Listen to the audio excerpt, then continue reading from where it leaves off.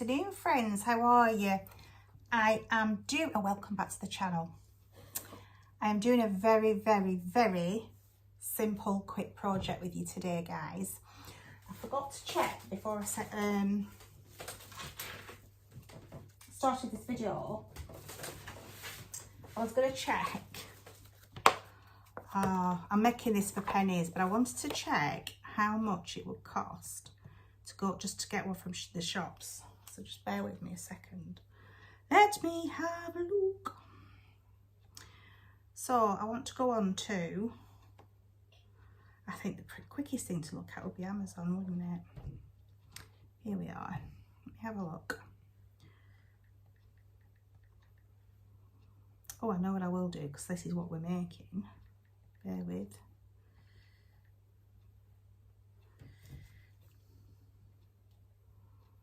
Right, so you're talking about 12 pounds.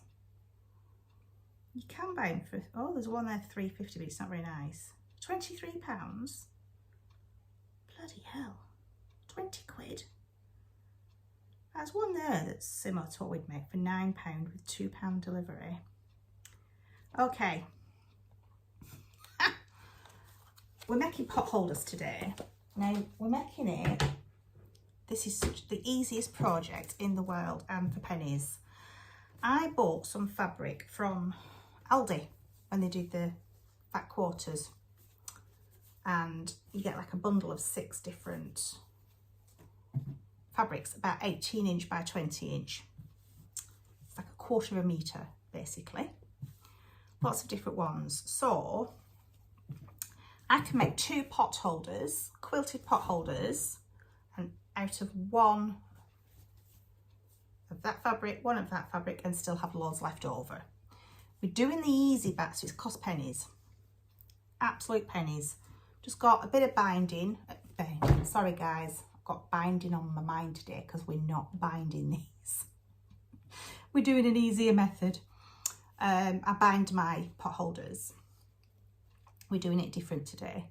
I've got 2 layers of batting or wadding, whatever you prefer to call it, cotton. You could have, if you've got the, what do you call it, the heat resistant one, use that. So all I've done here is cut out a piece of fabric which is 8 inches by 8 inches.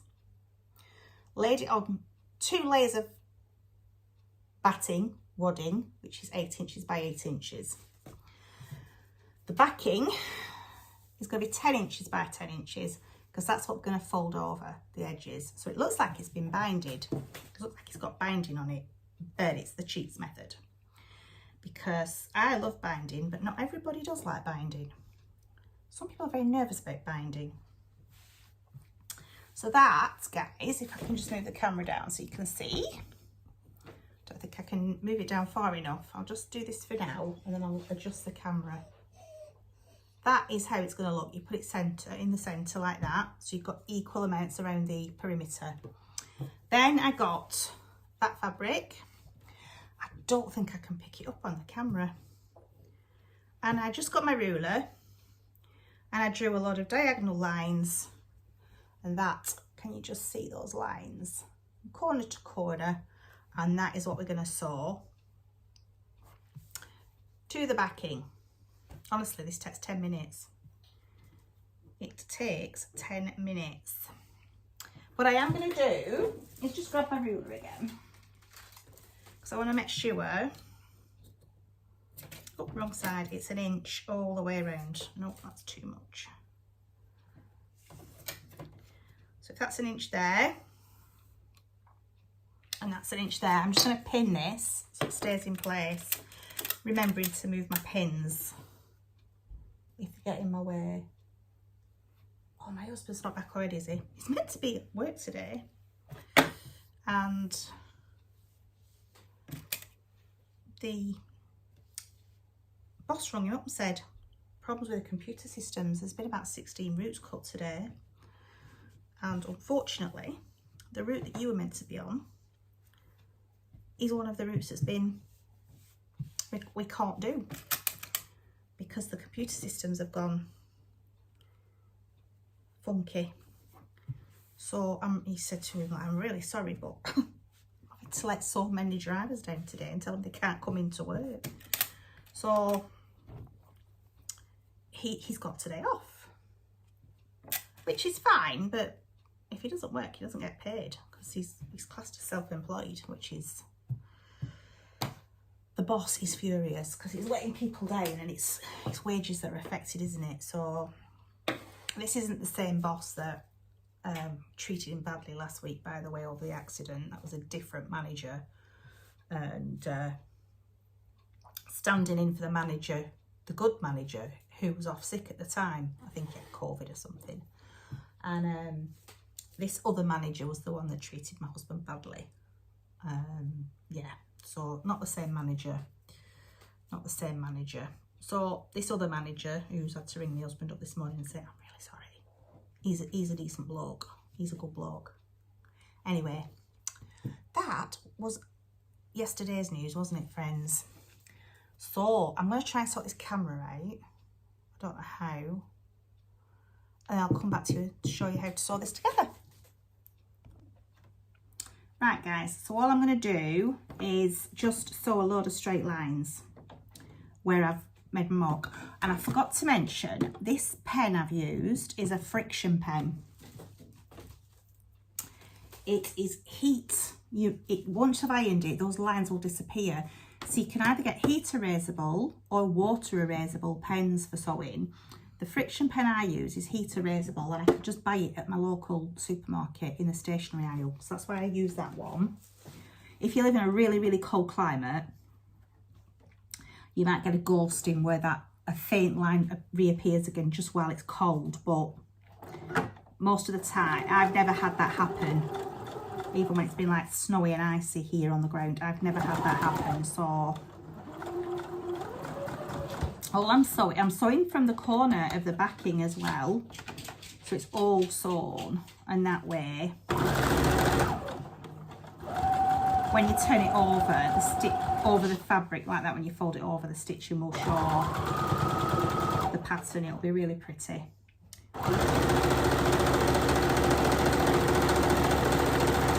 Oh, I nearly sewed over that needle pin then. Oof, don't want to do that. Don't want to do that. Got my little magnetic pin cushion here, which is really handy.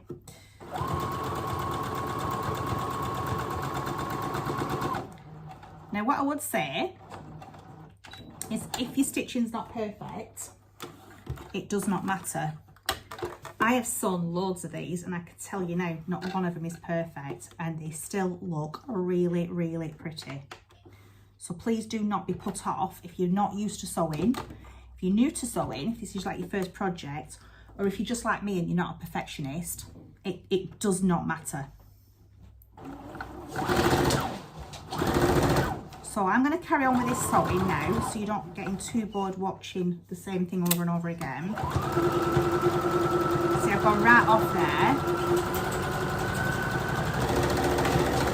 because I wasn't watching what I was doing. Pucker does that. But it won't matter when it's all been put together. It will not matter. So I will be back in a short while when I've finished this quilting. Hey guys, I'm back. So what I did was, I think you can just see that on the camera, I've sewn down all those lines I made with my heat erasable pen as it's quilted. There you go. Sewing right to the corners, right onto the edges of this fabric, sewing all the way down. So I'm not just sewing this top layer, I'm sewing, carrying on the line right to the ends, like so.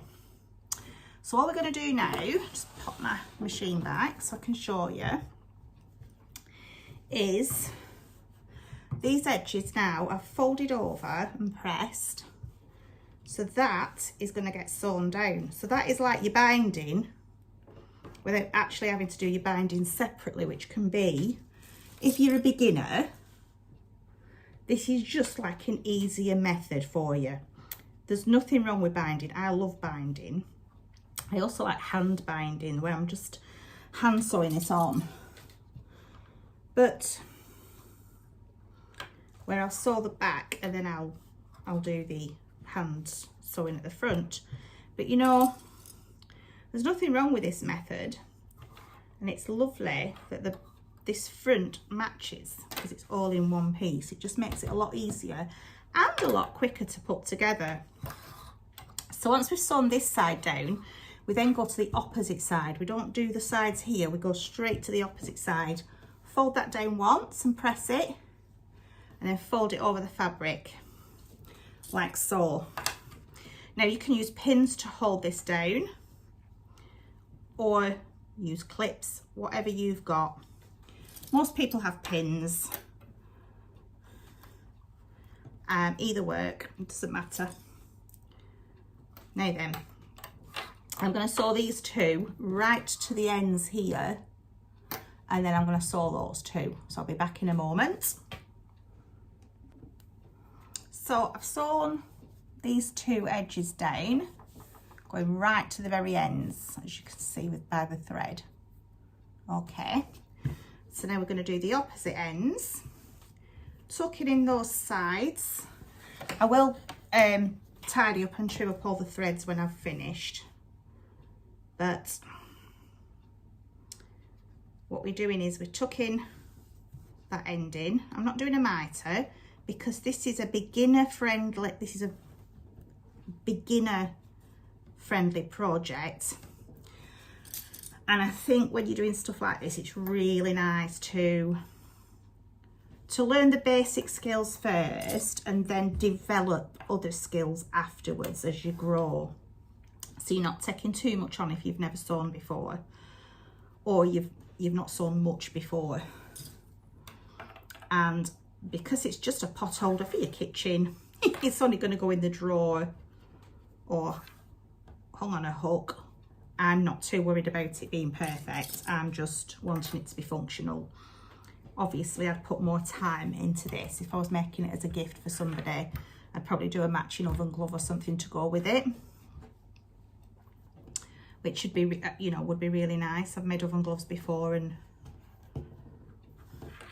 they would have still been going strong now, but my dog got hold of it and chewed it up, or else it would have still been going strong today, that oven glove. It was so well made. So we're doing the opposite ends now, just folding them over onto the fabric, so it looks like binding. It gives that effect of binding. And I will sew these on camera so you can see what I'm doing, because I didn't film the other sides, just to try and hurry the video up so it's not too long. Just tucking that in at the corner so it doesn't stick out. Is it sticking out? Yes, it's sticking out.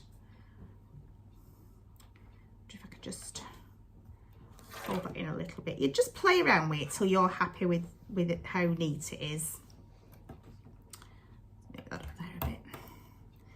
So I don't like that. I will just play about with this. I can play about with this with forever, but obviously because it's on camera, I don't want to spend too long on it. That's better though, just till you're satisfied that that's okay. Move that over a bit to give me room to get the needle on. So bring the machine back. I'm hoping you can see that I'm really struggling to get a really good angle with the camera at the moment. I will keep messing with it till I get something that's a bit better for you. So all I'm going to do is just right from the edge, put a couple of stitches in. Oops, hold that thread. Just hold that thread. Oops.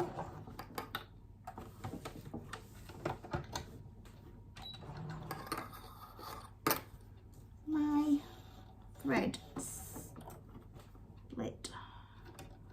Let's try again. I think I've mentioned to you before, haven't I, that I'm not too thrilled with this sewing machine. There is still thread on there, but I'll pop this little bit of thread that's left on the bobbin into my needle book, and I will use that for some hand sewing so it doesn't go to waste.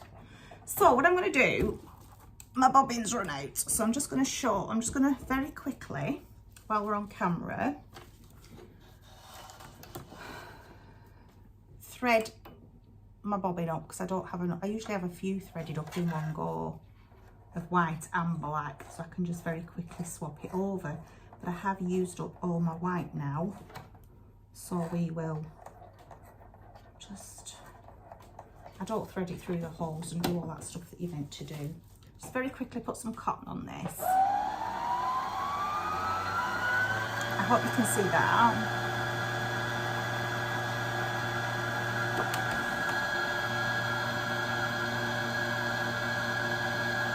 It just stops when it's full.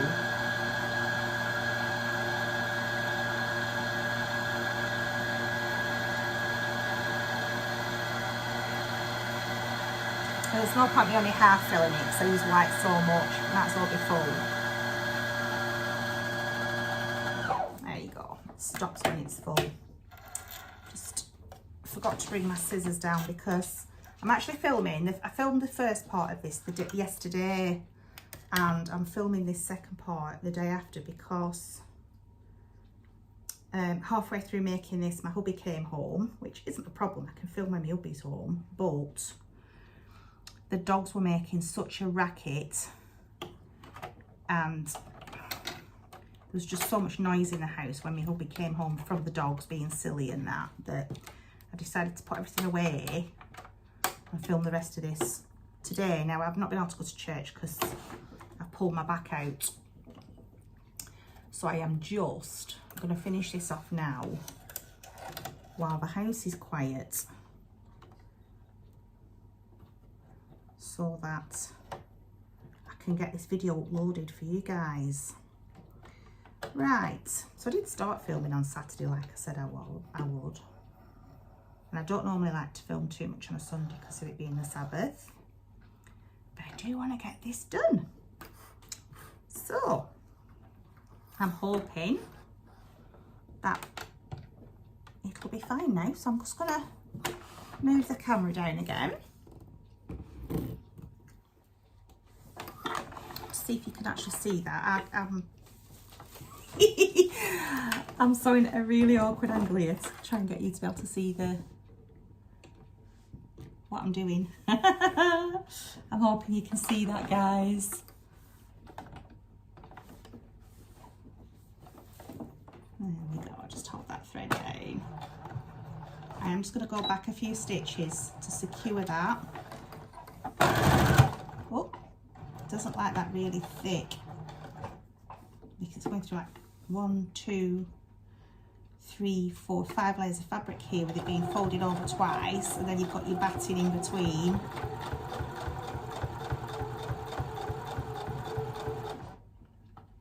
And just in that corner you see it's a bit thicker, isn't it? Should be okay now. So we'll get that sewn. Take that clip out. And go back a couple of stitches. There we go. Lift the needle up. Pull that out, and apart from the loose threads that need trimming off, and I know that is very, very uneven, but I will say it's because I can't see what I'm doing with this pin at an awkward angle. I'm kind of sewing sideways with that being so bad. I can't see what I'm doing, but the end results will be fine, guys. The end results will be fine. Because like I said, it's only for me. I'm not giving it away to anybody. So, as a gift or anything like that, just this.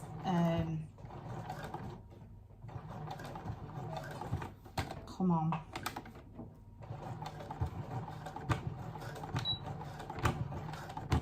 It really doesn't want to go through this fabric. And I've got a quilting needle on as well. So it should want to go through.